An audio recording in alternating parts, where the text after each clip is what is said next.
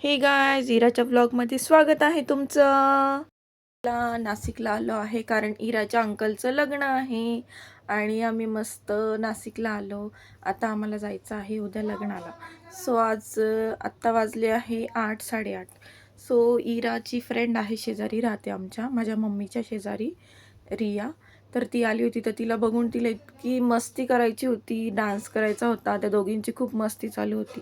नंतर मी इरासाठी लाडू बनवण्यासाठी घेतले, ड्रायफ्रूट्सचे लाडू बनवता बनवता तिची मस्ती चालू होती. आणि तिला डान्स करायला खूप जास्त आवडतं. ते तिला बघून बघून खूप सारा डान्स केला तिने. आणि नंतर ती तिच्या अंगावरही चढत होती.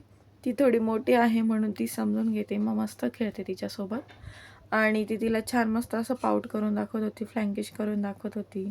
नंतर इथे बघा, तुम्हाला प्रोसेस थोडी थोडी दिसेल. मी मध्ये मध्ये घेतलं आहे लाडू कसे बनवले ते.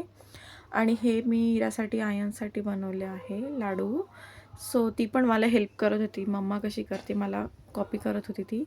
आणि तिला पण ते बनवायचं होते, पण मी बोलली की नको. ती माझ्यासारखंच सेम कॉपी करत होती. आत्ता असं झालं आहे, तिला जेव्हापासून समजायला लागलं तेव्हापासून ती आपण जे करतो तेच फॉलो करते.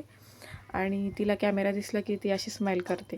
नंतर ती मस्त अशी खेळली, खूप सारा वेळ खेळली. नंतर बाबा आले, म्हणजे माझे पप्पा. बाबा आल्यानंतर पण त्यांना बघून इतकी खुश झाली, डान्स करायला लागली, खूप हॅपी झाली. नंतर ती त्यांच्यासोबत खूप वेळ खेळली. आम्हाला जेवायला उशीर होत होता, पण पप्पांना पण काय तिच्यासोबत खेळायचं होतं. मग खूप वेळ गप्पा मारल्या. काय तिचं चालू होतं एक्सप्रेशन आणि खूप सारी मस्ती. सो सगळ्यांना छान वाटत होतं आणि तिलाही छान वाटत होतं. सर्व तिला हसत होते. तिचं मस्त एंटरटेन चालू होतं. मस्त छान मजा आली.